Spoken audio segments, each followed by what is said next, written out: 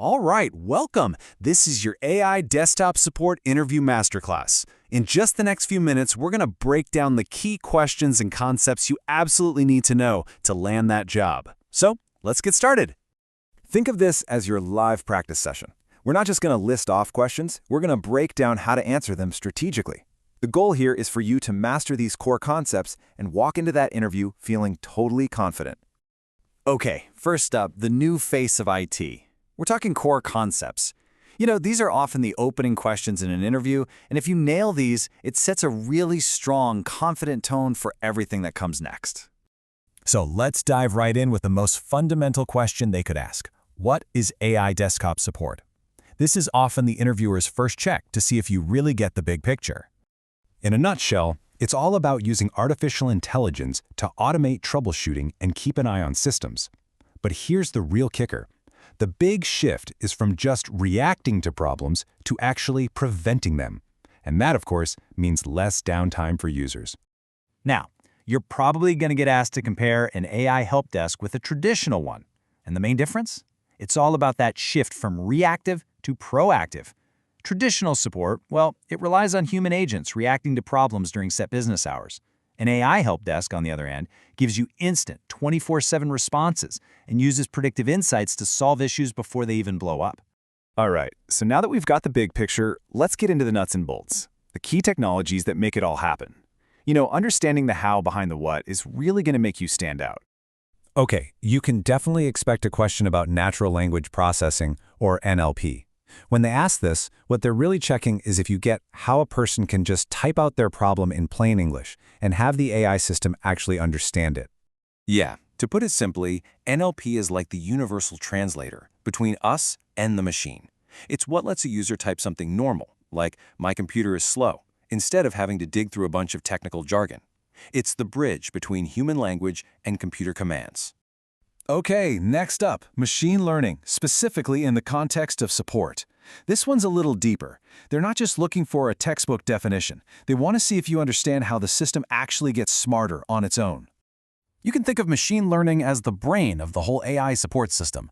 What it does is constantly sift through tons of old support tickets, looking for patterns. This is how it can start predicting things, like a potential hardware failure, or suggest the best fix for a bug that keeps popping up. It literally gets smarter with every single problem it solves. All right, so that's the theory. But how does this stuff actually work in the real world, with real problems you'll see every day? This is where you connect the dots and show you're ready for the job. Here's a classic troubleshooting question, but with that AI twist we've been talking about. How does AI identify network connectivity problems? They're testing if you understand the proactive power of these new tools. Right. The key word here is proactive. It's a game changer. AI is constantly watching the network traffic in real time, looking for anything weird, like a sudden lag or packets getting dropped. It can flag that problem and shoot an alert to a technician, often before the user even has a clue that something's wrong. Okay, let's switch gears to a hardware fundamental. This one isn't even specific to AI. Every single support tech needs to know this. Getting this wrong is a huge red flag, so let's make sure you nail it.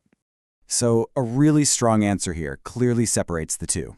You can explain it like this. Think of RAM as the computer's temporary workspace. It's short-term memory for whatever you're doing right now. ROM, on the other hand, is like the permanent instruction manual that tells the computer how to start up. One is the desk you work on, the other is the manual that tells you how to build the desk. See?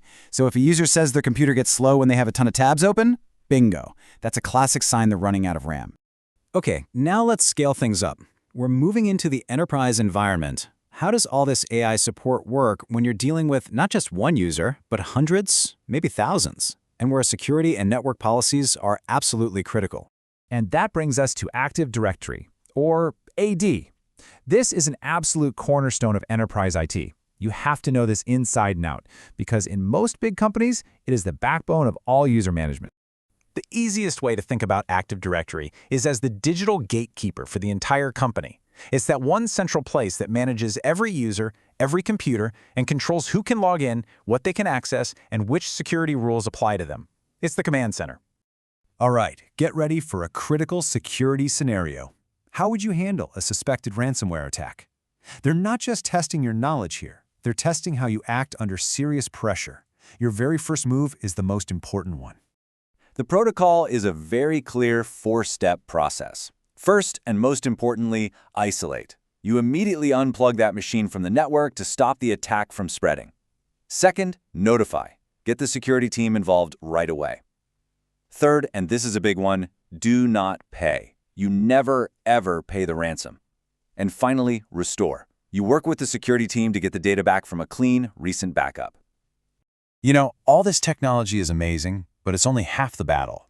Your ability to deal with people, often frustrated, stressed out people, is just as important. There's no AI for empathy. And that leads to this question. How do you handle an angry user? This is all about your soft skills, which are totally irreplaceable. They want to know if you can be that calm, steady voice in the middle of a storm. Look, a great answer here shows you can de-escalate the tension and stay focused on the solution. It boils down to listening, really listening, acknowledging how they feel, and then confidently leading them toward a fix. That's exactly what hiring managers are looking for. So, are you ready to build the future of IT support? Because by mastering these concepts, you're not just prepping for one interview. You're getting ready to be a leader in the next generation of IT. You're showing you understand the tech, and more importantly, the people it serves. Now go out there and good luck.